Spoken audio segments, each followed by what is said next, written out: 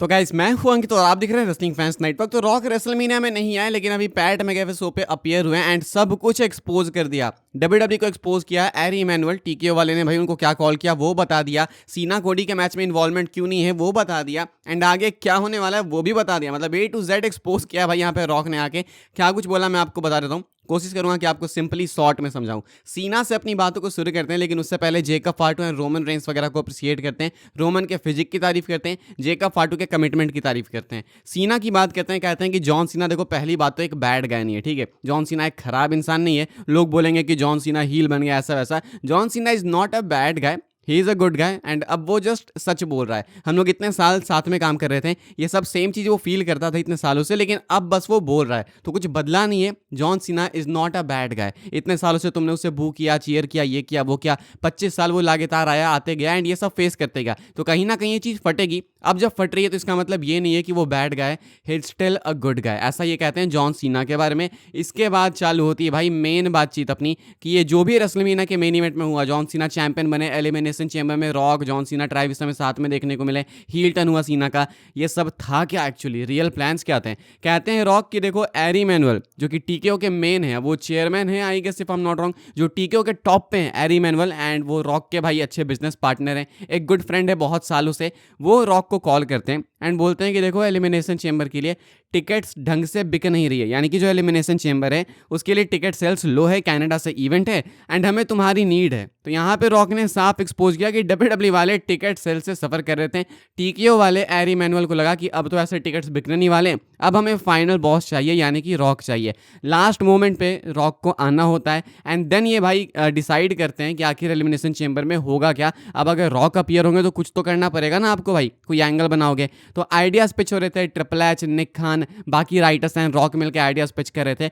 Rock ने pitch किया कि हम कोडी को हील बनाएंगे, यानी कि कोडी अपनी सोल मुझे बेच देगा। इसको कंसीडर किया गया, रॉक बहुत ज़्यादा चाहते थे कि ये हो, लेकिन कहा गया कि अभी नहीं, मतलब इसको हम लोग करेंगे डेफिनेटली। तो कंफर्म होता है कि कोडी हील बनेंगे, करेंगे लेकिन जस्ट अभी नहीं। एक आइडिया ट्रिपल एच ने पिच किया। ट्रिपल एच बोलते हैं हाउ अबाउट अगर हम लोग जॉन सीना को हील बनाएं। रॉक कहते हैं कि सुनते के साथ मैंने बोला कि ये हम लोग करने वाले हैं, बस जॉन सीना से बात कर लो। जब जॉन सीना से बात होती है तो जॉन सीना बिना सोचे समझे हाँ बोल देते हैं कि हाँ मुझे करना है। जॉन सीना एक्सेप्ट करते हैं बिकॉज उनके लिए भी एक नई चीज़ थी। रॉक कहते हैं कि यहाँ पे जो सबसे मेजर चैलेंज आया वो ये कि हमारे पास कोई ब्लूप्रिंट नहीं था। लाइक हमें पता नहीं था कि हील जॉन सीना को बुक कैसे करना है, कैसा रिएक्शन आएगा, क्या नहीं आएगा, क्या ये सही डिसीजन है भी या फिर नहीं। बिकॉज ऐसा नहीं कि साल 2015 में या 16 में या 14 में सीना हील था तो हम वहाँ से लेके आइडिया ले सकते हैं कि अच्छा इस टाइम पे हमने ये गलती की थी तो अब हम यहाँ पे सुधारेंगे। ऐसा कुछ नहीं था, ये फर्स्ट टाइम थिंग थी एंड शायद ये इंडस्ट्री चेंजिंग हील टर्न पहली बार हुआ था हल्क हॉगन के हील टर्न के बाद। तो यहाँ पे मिस्टेक हम नहीं कर सकते थे, लेकिन जॉन सीना का हील टर्न बहुत अच्छे से हुआ। एंड एलिमिनेशन चेंबर में इन्वॉल्व होने के बाद रॉक ने साफ साफ बोल दिया डब्ल्यूडब्ल्यूई वालों को कि बस फाइनल बॉस का काम हो गया, टिकट्स बिक गए, हमने एक हिस्टोरिक मोमेंट क्रिएट किया है, जॉन सीना हील बन चुका है एंड अब यहाँ से आप संभालो। आप मतलब कौन? ट्रिपल एच, निक खान, डब्ल्यूडब्ल्यूई की creative team and overall TKO, यहाँ से आप संभालो। फाइनल बॉस की ड्यूटी हो चुकी है डन एंड अब आपके पास 6 हफ्ते बाकी हैं रेसलमेनिया के लिए। बिल्ड करो, किल करो मेन इवेंट में। तो यहाँ पे रॉक ने साफ साफ एक्सपोज किया, बताया कि टिकट सेल्स के कमी के कारण उनको लास्ट मोमेंट कॉल किया गया। आइडियाज पिच हुए कोडी के हील टर्न के लिए, लेकिन अप्रूव हुआ जॉन सीना के हील टर्न का आइडिया।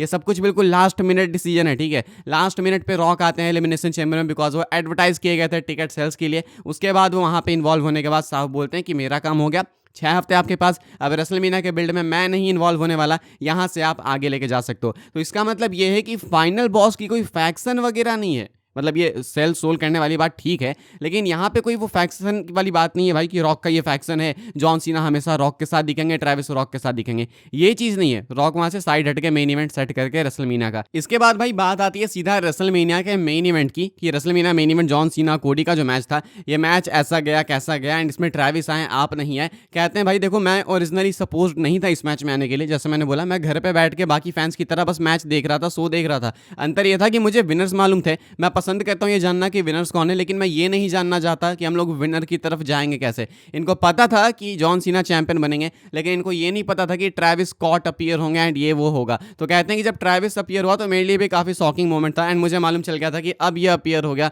अब लोग मुझे भी खोजेंगे। एंड मैं कहाँ था? मैं तो घर पर बैठा था। पैट मैकएफे बोलते हैं कि हाँ भाई मैंने तुमको मैसेज किया था उस टाइम पे कि अब तुम भी आ रहे हो क्या? रॉक बोलते हैं मैंने तुमको रिप्लाई भी किया था कि नहीं मैं नहीं आ सकता, मैं तो घर पर बैठा हूँ। तो यहाँ पे रॉक कहते हैं कि वो खुद भी शॉक थे एंड उनको कोई आइडिया नहीं था कि ट्रेविस स्कॉट यहाँ पे अपीयर होने वाले हैं। ट्रेविस स्कॉट अपीयर होते हैं, सीना को हेल्प करते हैं थोड़ी बहुत एंड सीना 17 टाइम चैंपियन बनते हैं। कहते हैं रॉक के रेसलमेनिया के मेन इवेंट में इन्वॉल्व होने का डिसीजन इन्होंने इसलिए नहीं लिया बिकॉज इनको लगता था भाई कि जॉन सीना पे स्पॉटलाइट रहनी चाहिए। जॉन सीना की 17 टाइटल विक्ट्री है, जॉन सीना यहाँ पे चैंपियन बने तो स्पॉटलाइट उन पे रहनी चाहिए, ना कि फाइनल बॉस पे। ऐसा रॉक ने बोला। आई फुल्ली बिलीव भाई कि अगर रॉक अपीयर हो भी जाते हैं, सीना चैंपियन बन भी जाते भाई, सब कुछ साथ में भी होता तो भी सीना से स्पॉटलाइट नहीं जानी थी। बिकॉज यहाँ पे मतलब पूरा ये है कि रॉक की ये फैक्शन है एक तरीके से, सीना ने सोल बेच दी है, स्पॉटलाइट सीना पे रहती, उल्टा मेरे हिसाब से भाई और भी ज़्यादा स्पॉटलाइट सीना को मिल जाती कि भाई रॉक भी आया हेल्प करने के लिए। सोचो रॉक सीना साथ आ चुके हैं, लेकिन रॉक कहते हैं कि उन्हें लग रहा था, उन्हें ऐसा लगता अभी भी कि सीना पे से स्पॉटलाइट चली जाती। वो नहीं चाहते थे, वो चाहते थे कि सीना का मोमेंट है, सीना को ये मोमेंट मिले एंड सीना चैंपियन बने, तो वहाँ पर उनको मोमेंट मिला।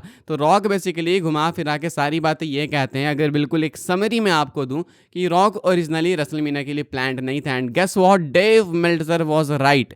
रॉक कभी भी रेसलमेनिया के लिए प्लान नहीं थे। एलिमिनेशन चैम्बर के लिए टिकट्स बिक नहीं रही थी। एरी इमैनुअल ने जो लीड पे हैं भाई, सबसे ऊपर हैं, उन्होंने रॉक को कॉल मिलाया। रॉक कहते हैं ठीक है अब नीड है तो आता हूं मैं। रॉक आते हैं, आइडियाज पिच होते हैं भाई कोडी के हील टर्न के लिए, जो कि अभी नहीं हुआ लेकिन सून कहा गया है, जल्दी होगा, अब कब होगा नहीं पता लेकिन होगा। जॉन सीना के हील टर्न का आइडिया अप्रूव होता है, सीना हील बन जाते हैं एलिमिनेशन चैम्बर में, हिस्टोरिक मोमेंट क्रिएट होता है। रॉक बोलते हैं कि 6 हफ्ते हैं आपके पास, आप बिल्ड कीजिए मस्त रेसलमेनिया के लिए, अगर नीड पड़ी तो मुझे कांटेक्ट कीजिए। यहाँ पे बिल्ड होता है भाई रेसलमेनिया के लिए। रेसलमेनिया के मेन इवेंट में रॉक इन्वॉल्व होने नहीं वाले थे बिकॉज उनको लगा था कि सीना के ऊपर स्पॉटलाइट रहनी चाहिए। रॉक घर पे बैठ के मैच देख रहे थे, विनर पता था लेकिन ये नहीं पता था कि ट्रेविस स्कॉट अपीयर होंगे एंड वो सीना की हेल्प करेंगे। जब ट्रेविस स्कॉट अपीयर होते हैं, रॉक भी बाकी फैंस की तरह शॉक्ड होते हैं। बाकी फैंस गुस्से में थे, शॉक नहीं थे, लेकिन रॉक शॉक होते हैं एंड इसके बाद सीना की टाइटल विक्ट्री पे रॉक काफ़ी खुश होते हैं, कोडी को अप्रिशिएट करते हैं, कहते हैं कि डेफिनेटली एक और बेबी फेस रन उसको मिलेगा एंड वो चैंपियन बनेगा, इसमें कोई दिक्कत की बात नहीं है। लेकिन हाँ, मैं उसको हील कोडी के तौर पे भी देखना चाहूँगा, यानी कि रॉक अभी भी वो फोर्स है जो कि चाहता है कि कोडी रोड्स हील बने एंड डेफिनेटली वो बनने वाले हैं। तो ये है भाई पूरी कहानी अपने रेसलमेनिया के मेन इवेंट की। अब रेसलमेनिया का मेन इवेंट आपको खराब लगा